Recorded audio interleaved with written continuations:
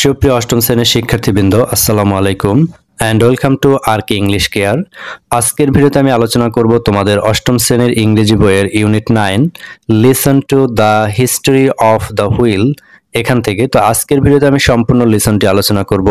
প্রিয় শিক্ষার্থীরা, এই লিসনের সবচেয়ে গুরুত্বপূর্ণ যে বিষয়টা হচ্ছে আজকে, সেটি হচ্ছে এই যে ম্যাপটি দেখতে পাচ্ছ, এই ম্যাপটি বিশ্লেষণ করতে হবে এবং এখান থেকে আইডেন্টিফাই করতে হবে যে প্রাচীন সভ্যতাগুলো কোথায় ছিল, কোথায় গড়ে উঠেছিল সেগুলো আলোচনা করতে হবে এবং এগুলো কেন চাকার সাথে সম্পর্কযুক্ত সেটাও কিন্তু বর্ণনা করতে হবে। তো প্রিয় শিক্ষার্থীরা, আজকের ভিডিওটি খুবই গুরুত্বপূর্ণ হতে যাচ্ছে। তো এরপরে আমরা এখানে দেখতে পাচ্ছি যে একটি ডায়ালগ আছে এবং প্রথমে কিছু চাকার ছবি দেখানো হচ্ছে, তারপরে এখানে একটি ডায়ালগ আকারে একটি টেক্সট রয়েছে এবং তারপরে আমরা দেখতে পাচ্ছি এখানে কিছু ট্রু ফলস রয়েছে। যদি ফলস হয় তাহলে কারেক্ট অ্যান্সার দিতে হবে এবং তারপরে এই যে ম্যাপটি যেটি আমি আগেই বলেছি, তারপরে এখানে এই নাম্বারে দেখতে পাচ্ছি যে শিক্ষক বা সিডির শুনতে হবে, শিক্ষকের কথা অথবা সিডি শুনতে হবে। তারপরে এই যে ফিল ইন দ্য ব্ল্যাঙ্কস আছে, এটিকে ফিল আপ করতে হবে এবং তারপরে এফ নাম্বারে এখানে কিছু WS কোশ্চেন তৈরি করতে বলেছে। এরপরে জি নাম্বারে একটি প্যারাগ্রাফ লিখতে বলেছে এবং প্যারাগ্রাফের বিষয় হচ্ছে the history of the wheel, অর্থাৎ চাকার ইতিহাস সেই সম্পর্কে। তো আজকের এই ভিডিওতে আমরা সবগুলো অ্যাক্টিভিটি সম্পন্ন করতে চলেছি। তো বুঝতেই পারছো ভিডিওটি তোমাদের জন্য কতটা গুরুত্বপূর্ণ হতে যাচ্ছে, তাই আশা করি না টেনে সম্পূর্ণ ভিডিওটি দেখবে। তো প্রিয় শিক্ষার্থীরা, অ্যাজ ইউজুয়াল লিসনটি শুরু করার পূর্বে এখান থেকে তোমাদেরকে কিছু গুরুত্বপূর্ণ ওয়ার্ড মিনিং দেব, যেগুলো লিসনটি বুঝতে তোমাদেরকে সহায়তা করবে। তো চলো আর কথা না বাড়িয়ে আমরা মূল আলোচনায় চলে যাই। হিস্ট্রি ইতিহাস, ইনভেন্ট আবিষ্কার করা, ভ্যালি উপত্যকা, অ্যানশিয়েন্ট প্রাচীন, ফার্দার আরও, এরপর হচ্ছে পায়োনিয়ার অগ্রদূত বা পথপ্রদর্শক, ওয়ারফেয়ার যুদ্ধ, সিভিলাইজেশন সভ্যতা, ডিসকভার আবিষ্কার করা, স্পোক চাকা ঘোরানোর কাঠি বা স্পোককে আমরা স্পোকই বলতে পারি।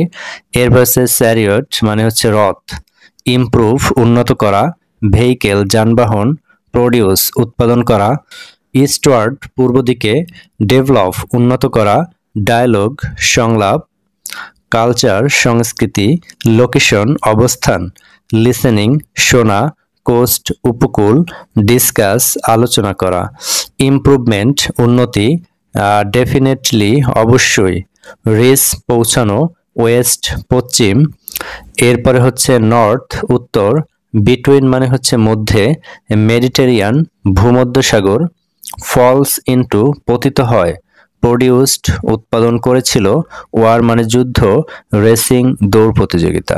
তো প্রিয় শিক্ষার্থীরা, এখান থেকে আমরা গুরুত্বপূর্ণ ওয়ার্ড মিনিং দেখলাম। এরপরে আমাদের ডায়ালগ আকারে যে টেক্সট ছিল সেটি আমরা বাংলা অর্থ সহ লাইন বাই লাইন পড়ব। তো দেখো, তোমরা যারা নিয়মিত আমার ক্লাস করো তারা জানো যে আমি প্রত্যেকটা সেন্টেন্সের পরেই তার বাংলাটা দিয়ে দিই। তো আজও তার ব্যতিক্রম হয়নি, তো টেক্সটটিকে আমি এভাবেই সাজিয়েছি। তো আমাদের ডায়ালগটি শুরু হচ্ছে, mister Ramis, You know that the invention of the wheel has helped to create a new civilization. তুমি জানো যে চাকার আবিষ্কার একটি নতুন সভ্যতা গঠনে সহায়তা করেছে। But do you know who first used wheels? কিন্তু তুমি কি জানো কে প্রথম চাকার ব্যবহার করেছিল? রুবিনা অর্থাৎ একজন স্টুডেন্ট বলতেছে, No teacher, but I guess it may be the Greeks. না স্যার, তবে আমি মনে করি এটি হয়তো গ্রিকরা করেছিল। মিস্টার রমিস বলতেছেন, the Greeks were pioneers in many things. গ্রিকরা অনেক বিষয়ে অগ্রদূত ছিল। অগ্রদূত বলতে এখানে যেটা তারা প্রথম করেছিল সেটা। But in this case however the Mesopotamians were the first. কিন্তু এই ক্ষেত্রে মেসোপটেমিয়ানরাই ছিল প্রথম। The oldest ever wheel was discovered in Mesopotamia. সবচেয়ে প্রাচীন চাকা আবিষ্কৃত হয়েছিল মেসোপটেমিয়ায়। ইট ওয়াজ ইন 3500 BC, তা ছিল খ্রিস্টপূর্ব 3500 সালে। খ্রিস্টপূর্ব বিসি বলতে এখানে বোঝায় before the birth of Christ, অর্থাৎ যিশু খ্রিস্টের পূর্বের সময়কে কিন্তু বিসি বলা হয়। এরপরে রুবিনা বলতেছে, হোয়ার ইজ মেসোপটেমিয়া? মেসোপটেমিয়া কোথায়? Mister Ramis, well Mesopotamia was in ancient Iraq. Mesopotamia ছিল প্রাচীন ইরাকে। It was along the valley of the river Tigris and Euphrates. এটি টাইগ্রিস ও ইউফ্রেটিস নদীর উপত্যকার পাশে ছিল। After the Mesopotamians, the wheel was further improved by the Egyptians. মেসোপটেমিয়ানদের পর মিশরীয়রা চাকার আরও উন্নতি করেছিল। প্রিয় শিক্ষার্থীরা, এখানে ইজিপশিয়ানস বলতে কিন্তু মিশরীয়দেরকে বোঝানো হয়, মিশরীয়দেরকে ইংরেজিতে ইজিপশিয়ান বলা হয়। They first made wheels with spokes, তারা প্রথমে স্পোক যুক্ত চাকা তৈরি করেছিল। Then they used them on chariots around 2000 BC. তারপর তারা এগুলোকে রথে ব্যবহার করেছিল প্রায় 2000 খ্রিস্টপূর্বে। Rubina, so the wheel traveled to Egypt from Mesopotamia. তাহলে চাকা মেসোপটেমিয়া থেকে মিশরে গিয়েছিল? Mister Ramis, exactly, but it travelled eastwards too. ঠিক তাই, কিন্তু এটি পূর্বেও ছড়িয়ে পড়েছিল। Wheels reached the Indus valley by 3000 BC. চাকা ইন্দাস উপত্যকায় পৌঁছেছিল খ্রিস্টপূর্ব 3000 সালে। But chariots with spoked wheels were made in ancient India around 1500 BC. কিন্তু স্পোকযুক্ত চাকার রথ তৈরি হয়েছিল প্রাচীন ভারতে প্রায় খ্রিস্টপূর্ব 1500 সালে। They were used for war, hunting and racing. এগুলো যুদ্ধ, শিকার এবং দৌড় প্রতিযোগিতার জন্য ব্যবহৃত হতো। Robina, what about the Greeks teacher? Did not they use wheels? গ্রিকদের কি হলো স্যার, তারা কি চাকা ব্যবহার করতো না? Mister Ramis, they definitely did, অবশ্যই করতো তারা। In 1500 BC, the Greeks to learned the idea of wheel making from the Egyptians. খ্রিস্টপূর্ব 1500 সালে গ্রিকরাও মিশরীয়দের কাছ থেকে চাকা তৈরি করার ধারণা শিখেছিল। They also made further improvements on it. তারা এটিতে আরো উন্নত করেছিল। Later, the Romans did the same too and produced a variety of wheeled vehicles. পরে রোমানরাও একই কাজ করেছিল এবং বিভিন্ন ধরনের চাকার যান তৈরি করেছিল। তো প্রিয় শিক্ষার্থীরা, এখান থেকে এই যে টেক্সটটিকে বা ডায়লগটি বলতে পারো, এটি আমরা লাইন বাই লাইন অর্থ সহ পড়েছি।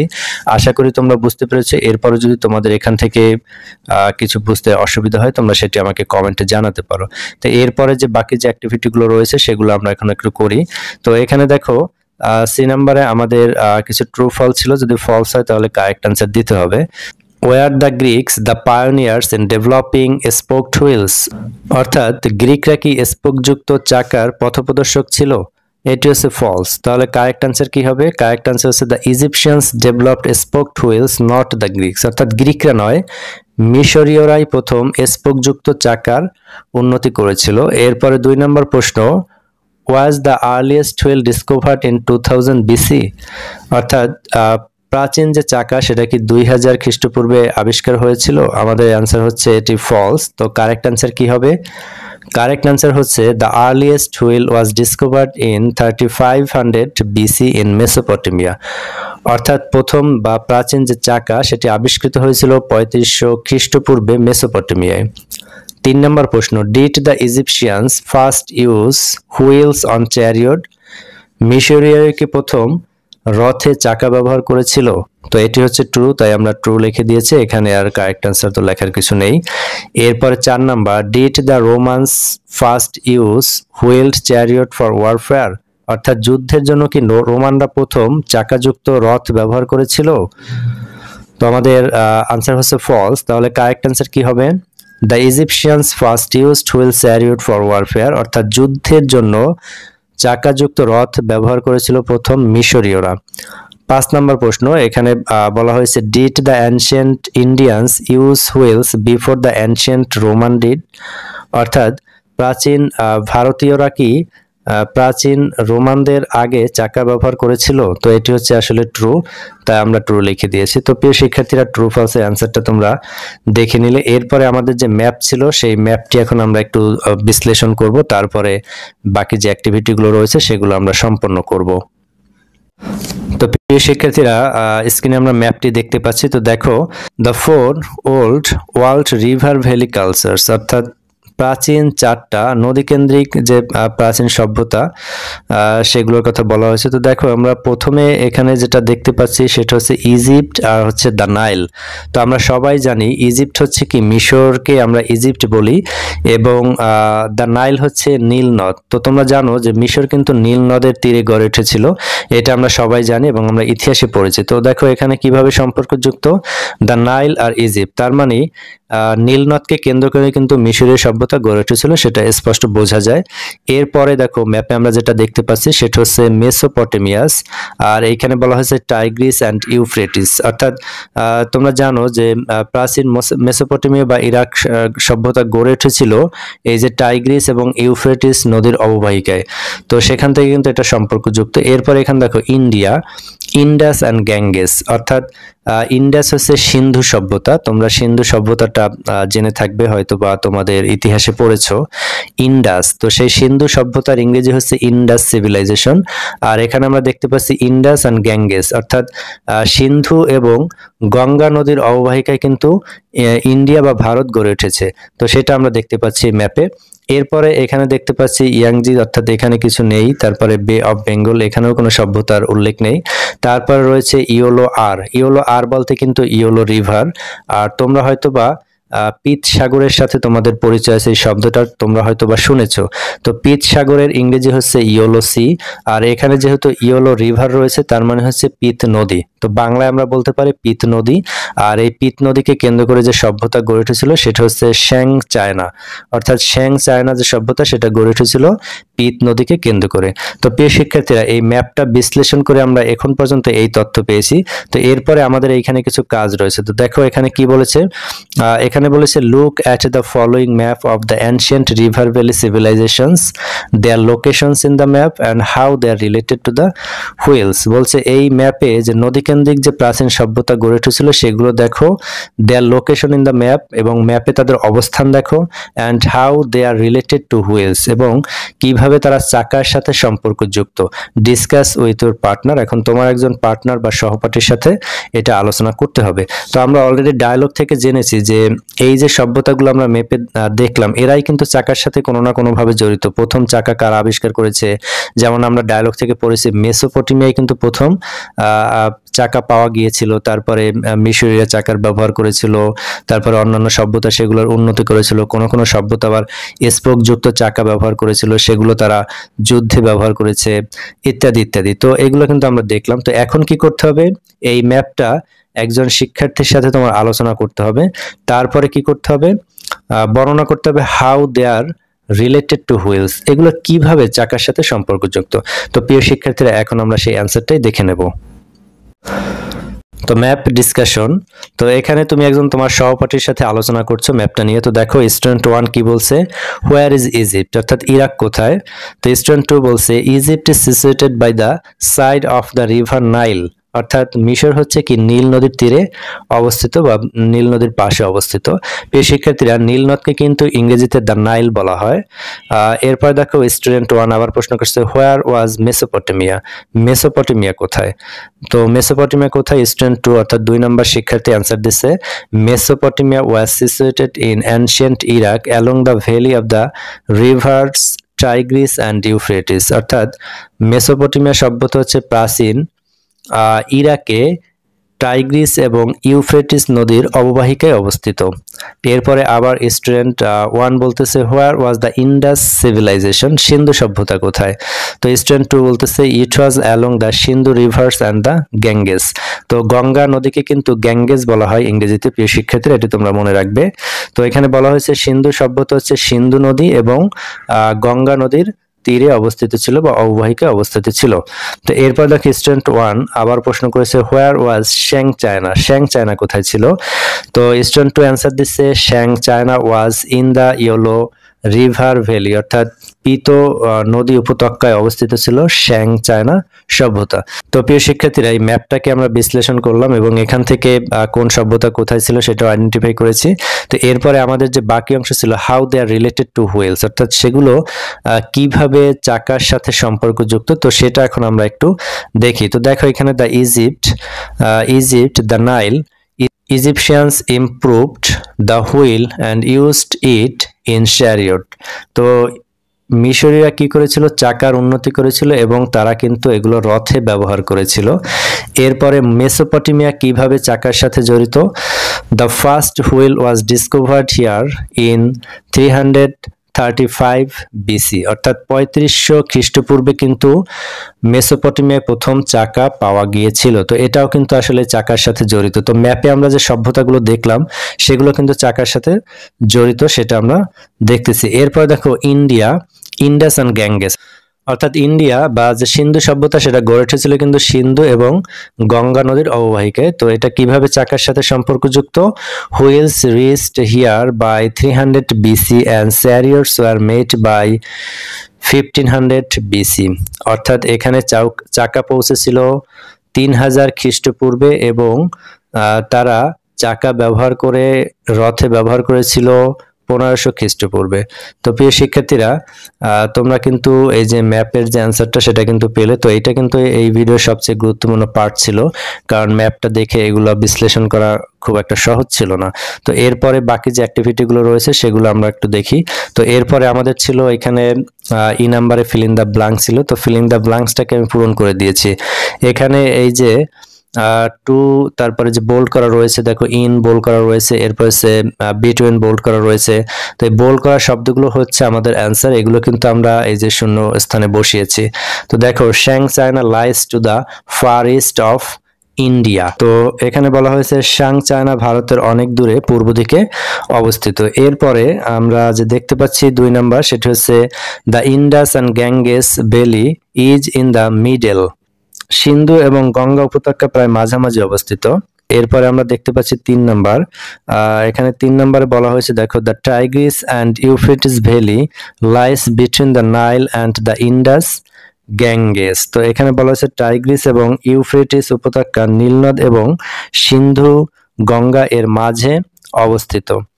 এরপর দেখো 4 নাম্বারটা। তো 4 নাম্বারে কি বলা হয়েছে? The Ganges flows through the north of India, ভারতের উত্তরে গঙ্গা প্রবাহিত হয়। তো এরপরে দেখো সর্বশেষ যে আমাদের প্রশ্ন সেটি হচ্ছে কি, the Bay of Bengal is on the east coast of India, বঙ্গোপসাগর ভারতের পূর্ব উপকূলে অবস্থিত। তো প্রিয় শিক্ষার্থীরা, তোমরা ফিল ইন দ্য ব্ল্যাঙ্কস এর আনসারটাও পেয়েছো। আর এখানে আমি আরো একবার বলছি যে বোল্ড করা যে শব্দগুলো রয়েছে এগুলো কিন্তু আমরা ফিল ইন দ্য ব্ল্যাঙ্কসে বসিয়েছি। তো এটি হচ্ছে আমাদের আনসার। তো আশা করছি তোমরা এর একটি স্ক্রিনশট রাখবে এবং এটি দেখে পরবর্তীতে প্র্যাকটিস করতে পারবে।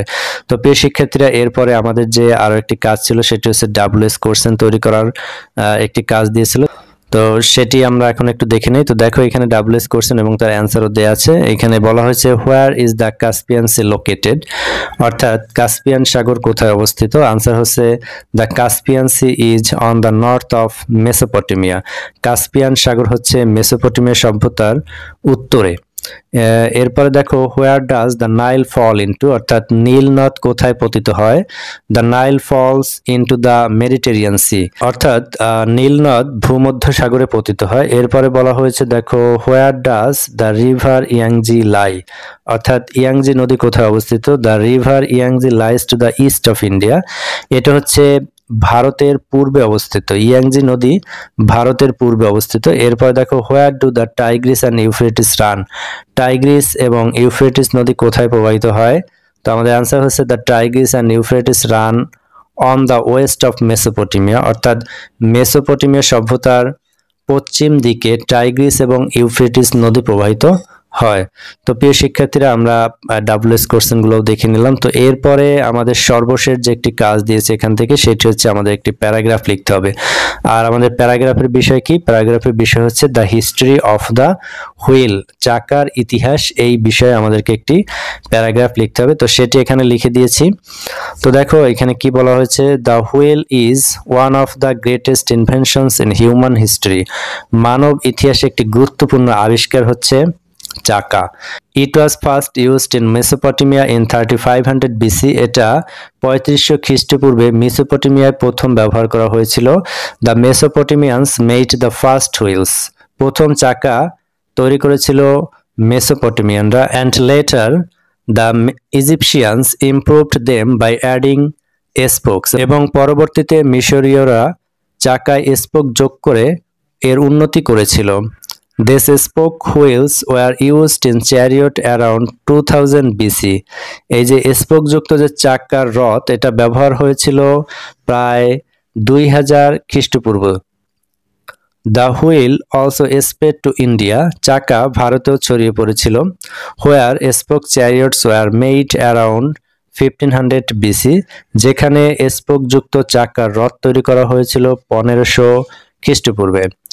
The Greeks learned wheel making from the Egyptians in 1500 BC এবং গ্রিকরাও এই যে চাকা তৈরি শিখেছিল মিশরীয়দের কাছ থেকে 1500 BC-তে and made improvements এবং তারা উন্নতও করেছিল। Later পরবর্তীতে the Romans also used wheels and produced many wheeled vehicles. পরবর্তীতে রোমানরাও চাকার ব্যবহার শিখেছিল এবং তারা অনেক চাকাযুক্ত যানবাহন তৈরি করেছিল। Thus the wheel helped in the development of civilizations. এভাবেই চাকা সভ্যতার উন্নতিতে সাহায্য করেছিল by making transportation easier and faster, যানবাহনকে দ্রুত এবং সহজতর করার মাধ্যমে। তো প্রিয় শিক্ষার্থীরা, আশা করি প্যারাগ্রাফটি তোমরা বুঝতে পেরেছো। তো এটি তোমরা সংগ্রহে রাখবে এবং মুখস্থ করার চেষ্টা করবে বা যে কোনো উপায়ে এটি লেখার চেষ্টা করবে, আয়ত্ত করার চেষ্টা করবে। তো আজকের ভিডিওটি আমি এখানেই শেষ করব। আশা করি ভিডিওটি তোমাদের ভালো লেগেছে। আর ভিডিওটি যদি তোমাদের ভালো লেগে থাকে তোমরা লাইক, কমেন্ট, শেয়ার করবে এবং অবশ্যই চ্যানেলটি সাবস্ক্রাইব করে পাশে থাকবে। পরবর্তী লেসনের ভিডিও দেখার আমন্ত্রণ জানিয়ে আজকের ভিডিওটি এখানেই শেষ করছি। আল্লাহ হাফেজ।